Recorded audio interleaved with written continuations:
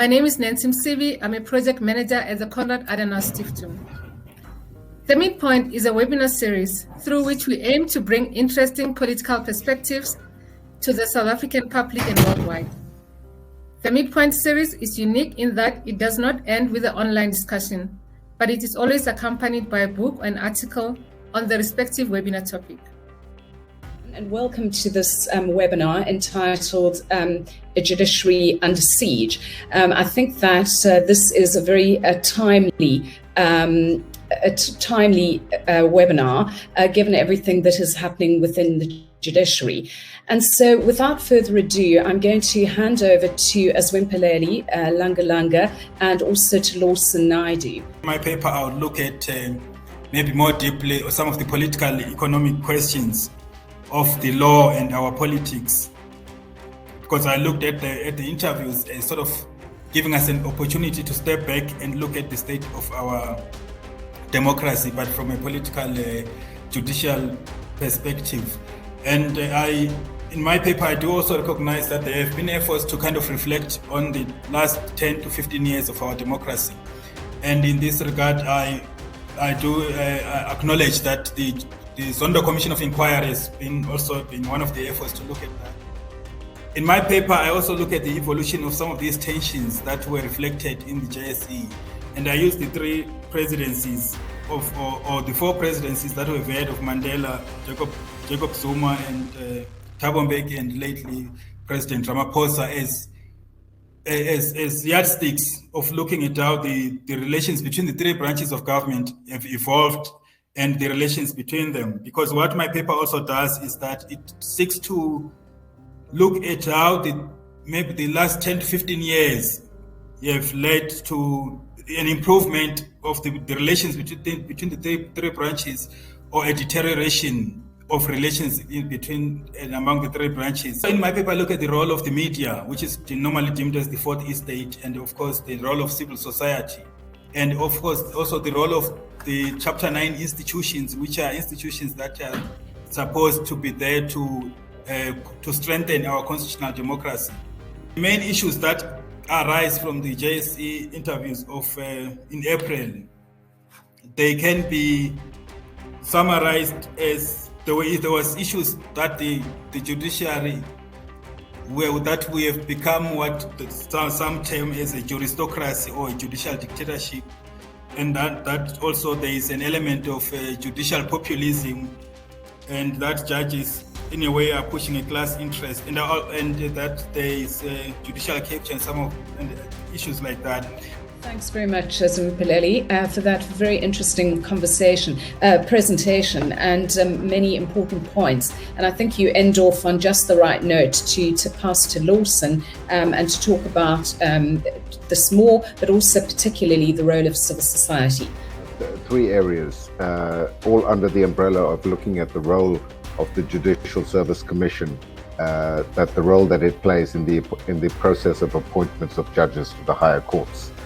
And the issues that I want to focus on are what are the criteria that should be used by the JSC in making recommendations for appointments. Secondly, I'll deal with the CASAC litigation and the challenge to the April round of interviews. And then thirdly, offer some thoughts on the current process for appointing the new Chief Justice.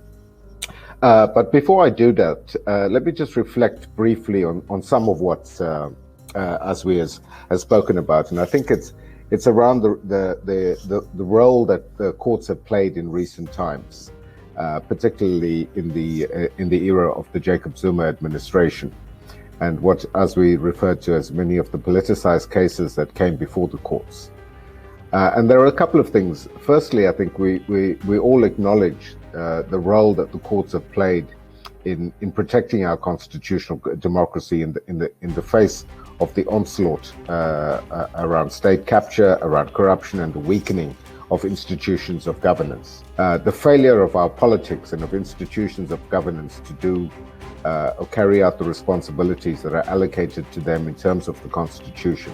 For example, Parliament's failure to hold the executive to account led to many of those cases reaching the courts and in many instances the Constitutional Court itself. That also, I think, demonstrates is that the political parties, as well as civil society, but focusing here on political parties, have not been afraid to use the courts to seek to win arguments through litigation that they failed to secure through political processes in Parliament and the like of judges. And I just want to read a couple of paragraphs from the Constitution to start off with. In section 174, it says that any appropriately qualified woman or man who is a fit and proper person may be appointed as a judicial officer.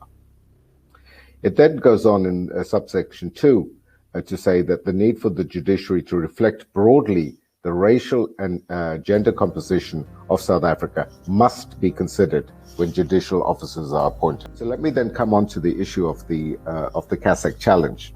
I think it's been well documented, so I'm really just going to provide a very high level overview as to why we instituted the challenge in the first place.